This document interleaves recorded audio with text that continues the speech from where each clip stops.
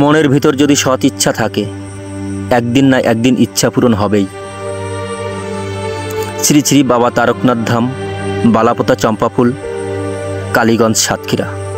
অনেক দিনের ইচ্ছা ছিল বাবাকে দর্শন করতে আসব, তো চলে এলাম বাবাকে দর্শন করতে। হর হর মহাদেব। এখানে বাবা তারকনাথ ছাড়া আরও অনেক মন্দির আছে, দেবদেবতা আছে। তো ভিডিওটা একটু লম্বা হয়ে গেল আপনাদের দেখানোর জন্য। আবারও যেন আসতে পারি, সবাই সে আশীর্বাদ করবেন। হর হর মহাদেব।